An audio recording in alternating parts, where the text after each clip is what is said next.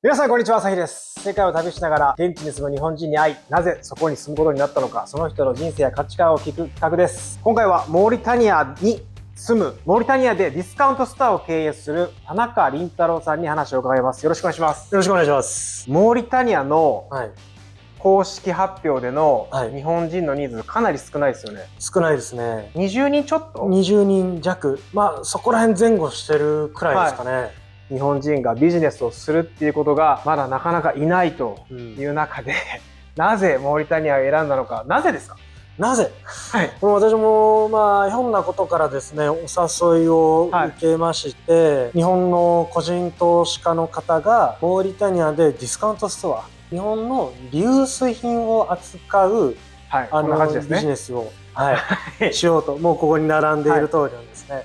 で、現場に誰か日本人をいた方がより仕事が加速するんじゃないのかっていうことでお話をいただいて本当に来ちゃった。なるほど。たまたまその投資家の、グループの責任者の方が、ちょっと私のことを見込んでくださって、お前行ってみないかと。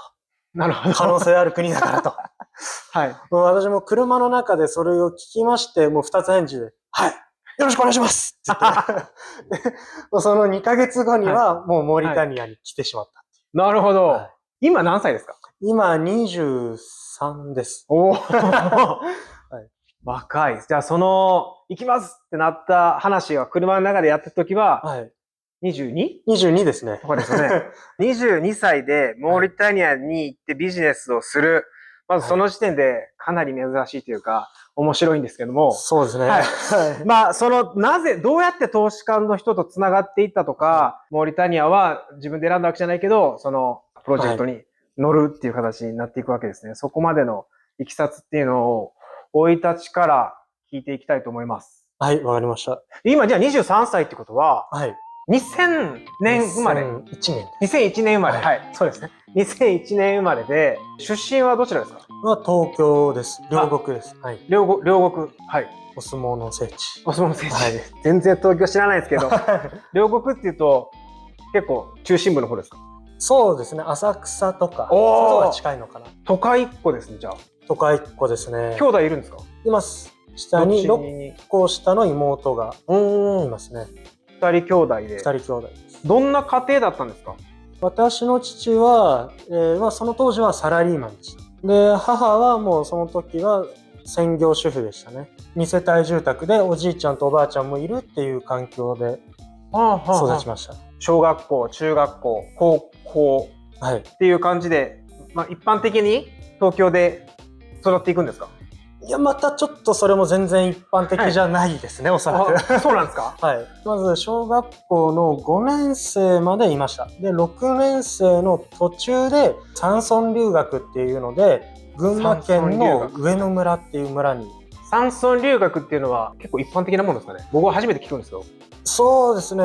今、徐々に知名度は広まってきたのかなと思うんですけど、村の教育委員会があって、その中に村立の小中学校、公立の小中学校とはまた別で独立している山村留学施設っていうのがあるんですね。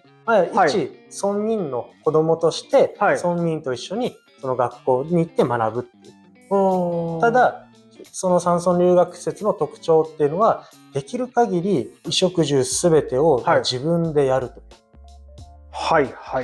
できる限り自給自足を追求するっていうのが私の行っていた山村留学施設の特徴ですね。自給自足？農業するとかですか？もうします。一人割り当てられた畝の中で、自分が育てたい作物を育てると。で、家畜も飼いますね。家畜？例えば何ですか？ヤギ、鶏だとか、そういったもので、朝鶏の卵を取ってそれを朝食で使う。だから寮に入るといっても寮母さんがやってくれるとかっていうところじゃないと。そうですね、やってくれないですね。補助的な役割で。大人が責任者としているけど、基本的にはその子供たちに生活の全てを任せる。そしてその成長を支サポートするっていう。そうですね。山村留学。山村留学。はい。何人ぐらいいたんですか、その当時で。だいたい15名弱。年代は？年代が一番下が小学3年生から上が中学3年生。あ、中学3年生が限度なんですか？そうですね。へえ、とにかく若いですね。若いですね。でも結構中学生も山村留学認めてるっていうところは意外に珍しいかもしれないですね。小学生が多いんですか？結構メインになってますね、日本の山村留学施設としては。なぜそこに行くんですか？いや、そこですよね。東京暮らし、東京育ちで、お母さんが専業主婦されてるって、ちょっとハイクラスなイメージがあるんですけど。はい。まあ、ごく一般的ではあったとは思うんですけれども、一番の理由は、東京が合わなかった。小学生でそんな考えれます？東京が合わないとか。東京が合わない。なんかこのコンクリートジャングル行きづれえなーって思ってたら、本当のジャングル行っちゃったみたいな。気づいたら。自分から言ってるんですか？自分からですね。東京から離れたいって。はい。小学生の時に。すごいですね、それ。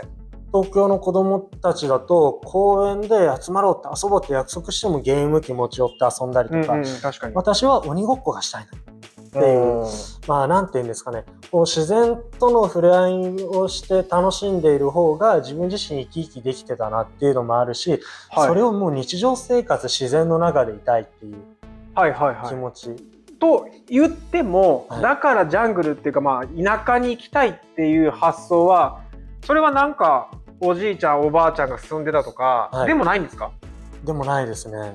父親がそれこそ大学卒業してから冒険家みたいなことをしていたんで、その話を聞いて育ってたんで、小さい時から。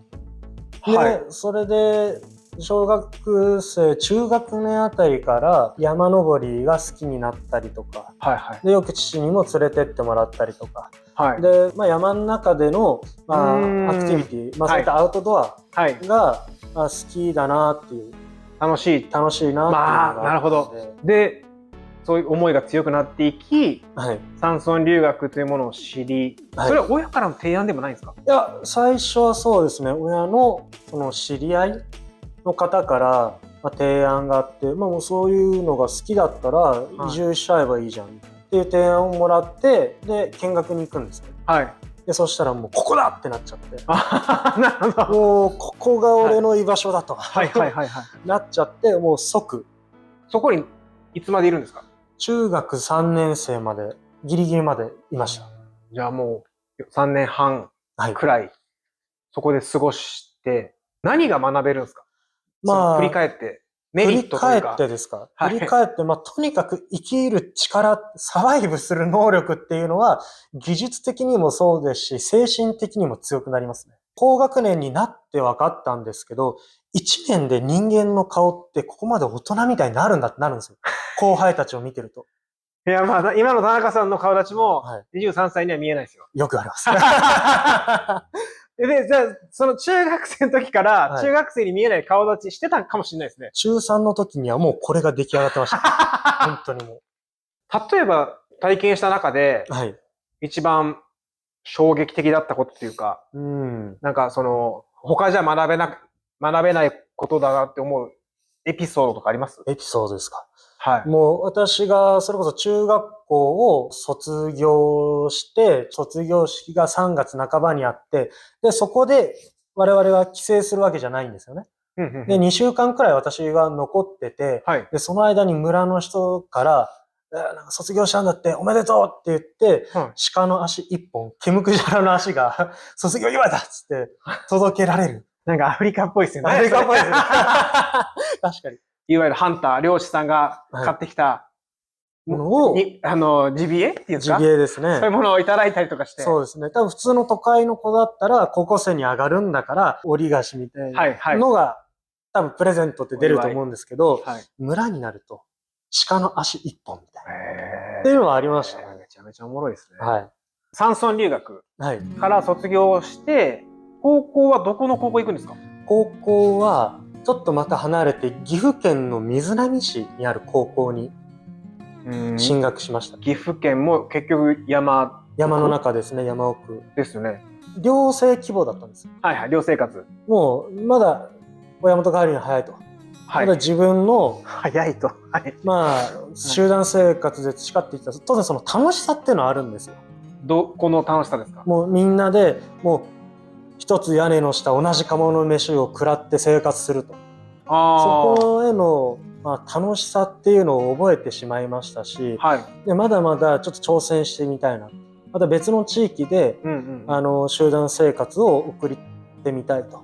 実家に住まず寮生活をして、そうですね。すごいですね。小学校6年生からずっと親元離れて暮らしてるって感じですね。そうですね。ずっと離れてましたね。そういう生活を送ることによって、どうなっていくんですか？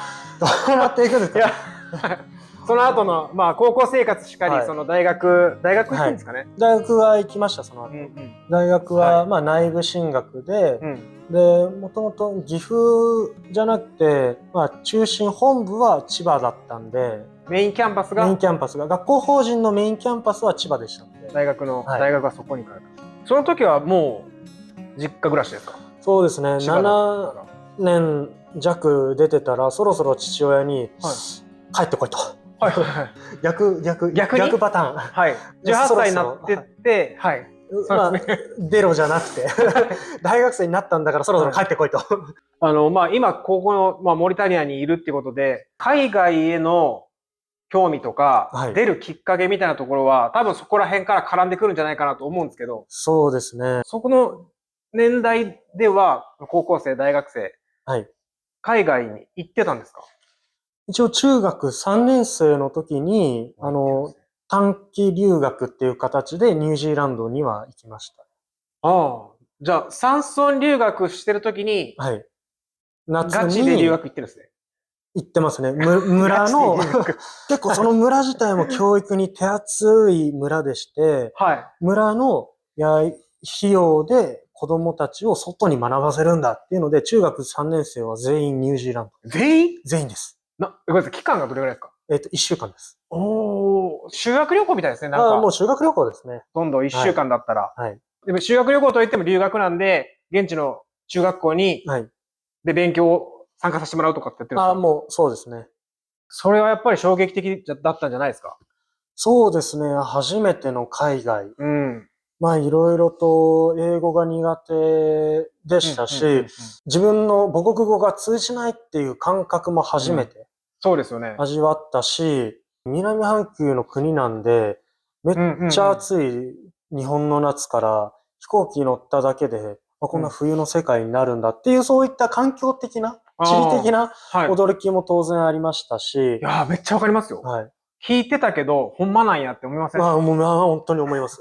で、なんかトイレの渦の巻き方も違うぞみたいな。本当みたいな。みんなでこうトイレ何回か流してね。どうなんだろうみたいな。そうですよね。海外にじゃあその時点で行ってる。高校生の時は海外行きましたか？行きました。高校はそれは修学旅行っていう形で台湾ですね。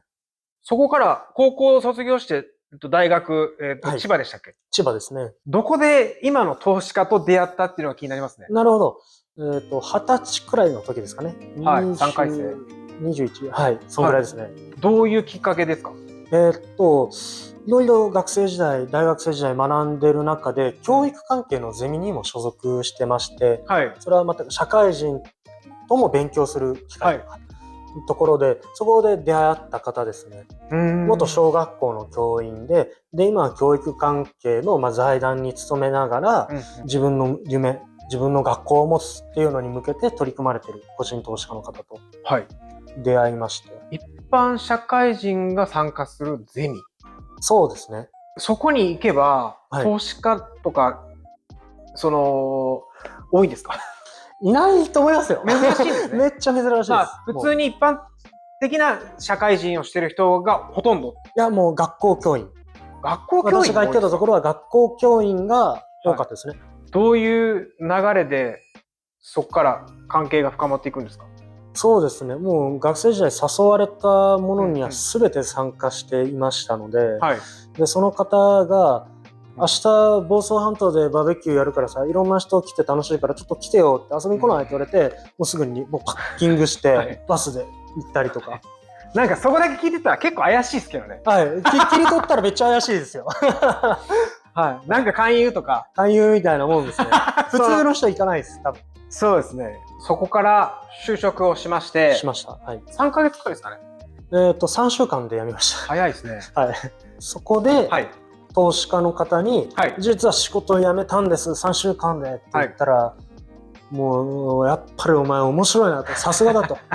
で、今俺も新しい事業をやろうと思ってるから、仕事つくまでの間、俺の秘書みたいなことやってみないか。一般職、その後就職するために、また就活している中で、今アルバイトみたいな感覚で、その方の運転手やったりとか、アポイントに同行したりとか。付き人ですね。はい。カバン持ちみたいなことですね。本当にそうですね。どうでしたか？いや、全く今まで知り合ったことない、一般的に言うと怪しそうな世界。お金持ちがたくさんいる謎の立食パーティーみたいな。怪しいですね。とかね、そういった社会経験もできましたね。どうですかね？そういうのに、そういうきらびやかな世界、お金持ちだったり、そのビジネス成功者、憧れる人はめっちゃ憧れると思うんですよ。そうですね。20代前半って。はい。そっちには行かなかったんですか？興味がなかったですね。あ、なるほど。そういう集まりに行っても、なんか違うなっていう気持ち？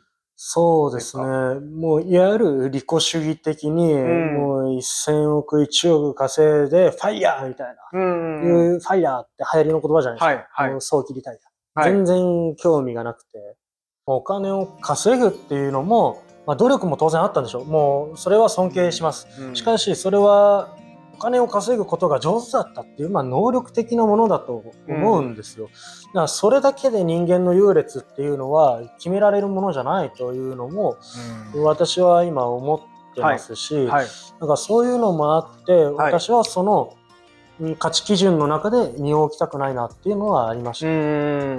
それからどうなるんですかね？再就職はしなかったわけじゃないですか。しなかったですね。で、誘いの新しい事業があるから誘うっていうことで誘われて、今に至るってことですか？そうですね。お店がオープンしたのはいつなんですか？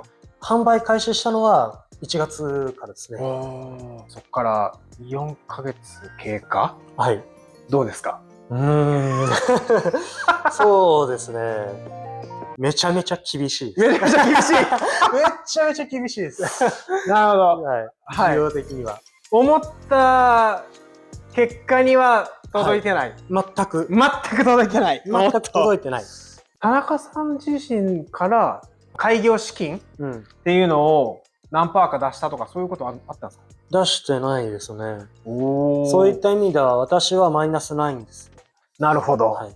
給料は出てるんですか？出てないです。なるほど。歩合制っていう感じですかね。そうですね。結果的にその最終売上の何%かをいただくっていうお話です。